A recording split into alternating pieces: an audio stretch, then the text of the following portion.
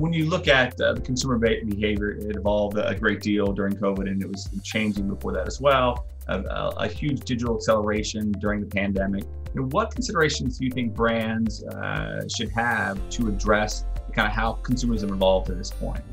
I think it comes back to what I was saying earlier, and then I think consumers are much more experienced with digital, and I think with that they have a lot of higher expectations on what the interactions with brands should be like, which I think also in turn kind of brings a lower tolerance, I think, if the experience is not seamless or good. And I think, as consumers ourselves, we're quite time poor, our concentration span is dropped. And I think brands have smaller windows actually to create kind of a long lasting, impactful moment with their customers. And I think what's kind of, I guess, maybe new consideration, if you want to call it that, but I think today, what's even more challenging is that, your competitors now aren't just your traditional kind of direct competitors, but every brand that's actually competing for your customers' attention.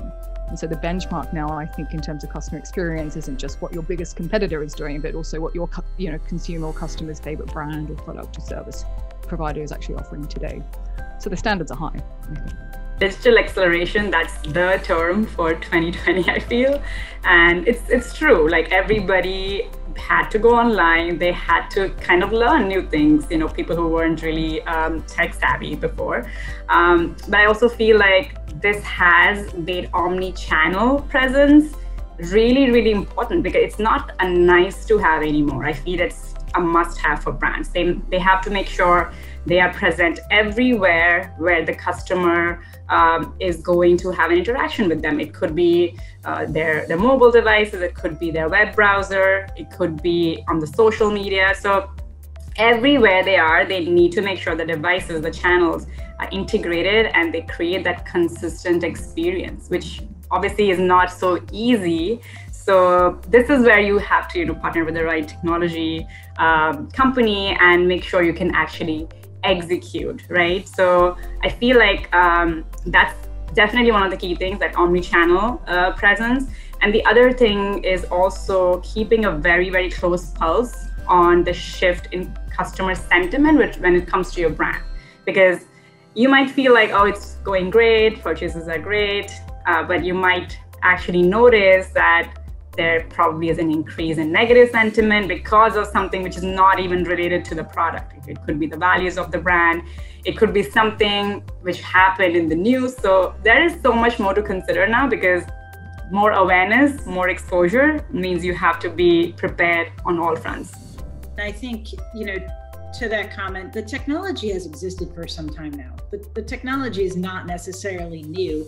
It's just the adoption of that technology and the widespread application and usage of it.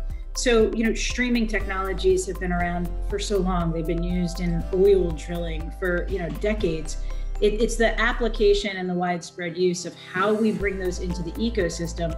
But from a change management perspective, it's how do we trust both the technology and the analytics to run in a way that is automated and headless to some degree. So, when we look especially about personalization and optimization, a lot of times, traditional kind of marketing campaigns are run by taking analytics and backtracking them, decoupling them to segmenting. So you're taking something personalized and you're actually turning it into a segment.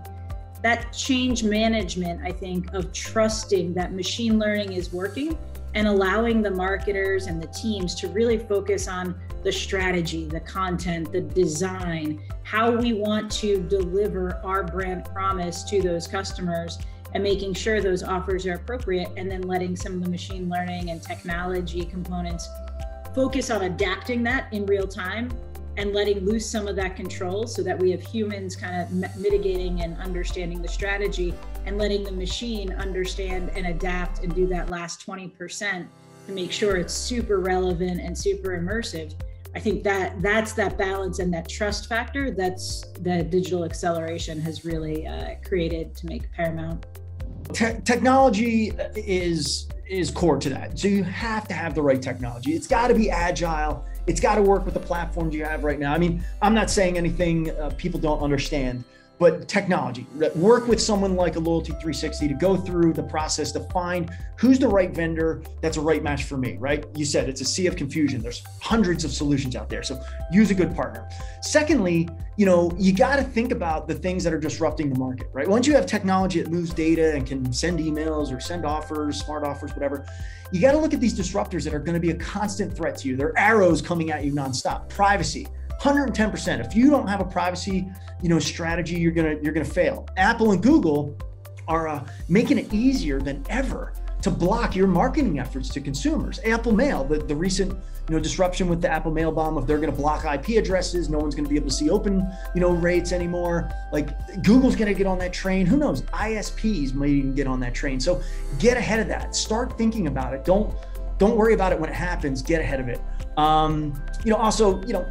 Again, I'll go back to the human conversation. Look at everything you do. Would you send it to your mother? Right? Would you feel good about the offer or the ask, the brand ask that you're making? Protect and provide value to the people that you're trying to get to do things. And then lastly, personalization. And a lot of personalization really anchors on technology, right? You need the permission, you need the technology, you need to get the right data, you need to fill those personalization buckets, get the right content, the right offer, and you need to be able to scale that on a one-to-one level. So, groups like Lacek Group in Denmark are amazing with that. They figured out how to get zero-party data at scale and then really, truly push personalization at a one-to-one level. Like anybody can say bell peppers are 2 for 1 this week.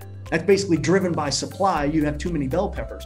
But you have to get to that one-to-one level. Safeway, not a client of ours, but they have the Just For You app. They do it well. Just the name of the app, the phrase alone is a synonym for personalization. So, that's doing it right. And by the way, we know 92% of marketers agree that personalization is incredibly important. In fact, 44% recently said it's extremely important to their marketing efforts going forward. So, but only 36% say they can actually do it. And less than 10% say they are doing it. So technology to personalize, and even the people that have the technology that can personalize aren't really doing it. So let's level up. Let's get the right technology, let's get the right data, and let's personalize. I think some consumer behavior will stick to the digital experience. And one of the big opportunities I think that we have, especially with joining creativity with customer experience, is to pull that creativity through. So a couple of quick examples of where we see that happening within our clients' businesses. One is an Ogilvy case with Glade, where they partnered with the fulfillment company to create an interesting touch point through an e-commerce fulfillment. And what they did was they partnered with the fulfillment company to fill the air bladders that protect your delivery from damage with the scents that Glade offers in their cleaning products. So you brought that physical sense of being able to experience some of the different options in a really interesting and creative and engaging kind of way.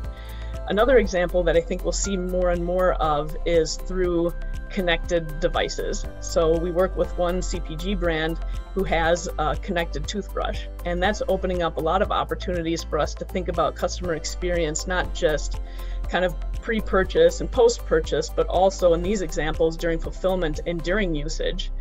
So how can we create a more engaging toothbrush experience, provide feedback on how well somebody is brushing their teeth, provide entertainment during the 2 minutes that they're spending on their oral hygiene. And so really, I'm excited about being able to extend that experience because of this move into digital across many more parts of that holistic customer experience journey.